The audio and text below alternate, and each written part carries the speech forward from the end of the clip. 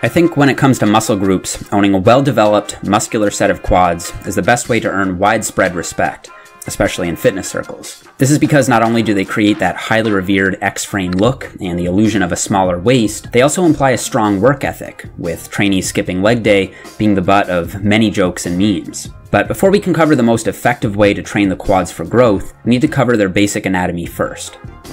The quadriceps femoris muscle, or quads for short, is composed of 4 main muscles. Their names inform their anatomy, so most laterally, or outside, is the vastus lateralis. Most medially, or inside, is the vastus medialis, with the vastus intermedius sort of sitting in between the two. These 3 muscles originate on the femur and ultimately insert on the tibia via the patellar tendon, and they collectively function to extend the knee, or straighten the leg, like in a leg extension. Lying over top of these 3 is the beefy rectus femoris, which functions to extend the knee as well, but because it inserts higher up on the hip bone, it also performs hip flexion, making it a biarticular muscle, acting on 2 joints. Recent cadaveric studies have identified smaller 5th and 6th muscles in this group, but we won't focus on these. The 3 vastus muscles are a pretty even split of type 1 and type 2 fibers, indicating that a variety of high reps and low reps should be used. And multiple studies indicate that the rectus femoris is more type 2, or fast twitch dominant, meaning it may respond better to heavier loads.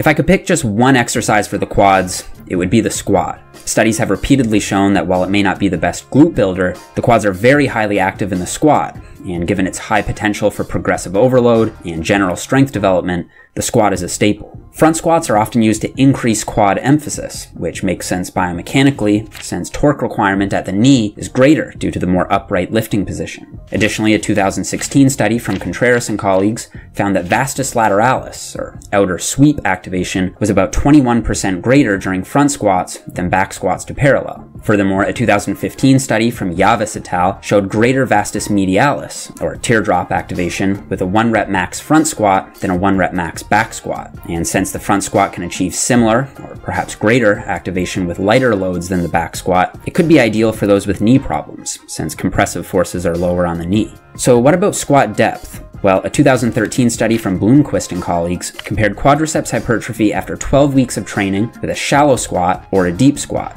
Using MRI, they found that muscle cross-sectional area was greater at every single site measured for the deep squat group, and the shallow squat group didn't see any increase in size at all for 4 of the 6 quad sites. The Contreras paper from earlier also hints toward quad activation increasing with increasing depth. Although it didn't reach statistical significance, both peak and mean quad activation was higher with the full squat than the parallel squat. But for all that, I think looking at the research as a whole, it seems that as long as you're going to at least parallel, you're hitting the majority of your quad building potential. And I see ass to grass squats as a suggested but not mandatory technique for growth. In short, good advice is to squat as deeply as you comfortably can with good form based on your mobility and experience level.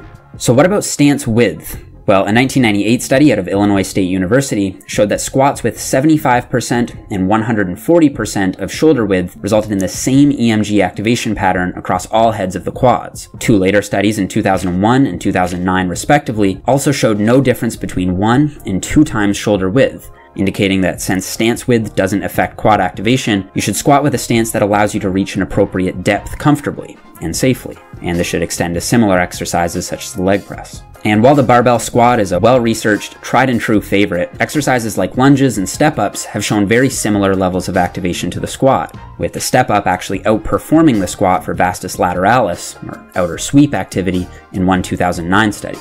Of course, going off EMG data alone, the simple leg extension would be king, especially for the rectus femoris muscle. But since its potential for progressive overload is much lower, it should be added as an adjunct isolation exercise, providing additional quad emphasis after performing a compound lift first. Interestingly, 2 studies independently found that vastus lateralis, or outer sweep activation, was higher with the toes pointed in, while rectus femoris activity was higher with the toes pointed out. Taken together, it seems that vastus medialis, or teardrop activation, is similar with inward, neutral, and outward toe positions. So if your goal is to develop an outer sweep, pointing the toes in is smart, but in practice you should use whatever foot position allows you to feel the best mind-muscle connection. A common concern with leg extensions is risk of knee injury, And while it's true that both shearing force and ACL stress potential are high with this exercise, Dr. Brad Schoenfeld states that the aforementioned factors should not have a detrimental effect on someone with healthy knee joints, provided the exercise is performed properly. And he could even make a case that it might help to maximally strengthen these structures to a greater extent than other exercises. However, leg extensions would be contraindicated for those with existing knee problems, particularly when they involve the ACL. Strengthening the antagonistic hamstring muscles is also well advised for injury prevention when using this movement. According to volume expert Dr. Mike Isertel, most trainees will respond optimally with 12 to 18 weekly sets, including squat volume, with volumes above 20 sets typically causing recovery issues. For frequency, his suggestion is 1.5 to 3 times per week, with 1.5 denoting one very high volume session with one low volume mini session per week. I personally find a 2 times per week frequency with one heavy day focused on strength development primarily in the 4 to 8 rep range, and one higher volume light day with reps in the 8 to 20 range is practical for maximizing quad development for most. So if you put these sound scientific principles to practice with consistent effort, a strong mindset, and steady focus on strength progression, an impressive set of quadriceps femoris muscles are waiting to be built. All right, what is going on, everyone? I just want to say thank you so much for watching the video. Before you guys click out just yet, I have 3 quick items I'd like to get to. First, I have to thank Squarespace for sponsoring this video. Squarespace has been sponsoring a lot of the Science Explained content on this channel, and I really appreciate that. If you guys aren't aware, Squarespace is the website platform that I've been using for the last over 2 years now to run my online coaching business, and it's also the platform I use to sell all of my standoff training programs.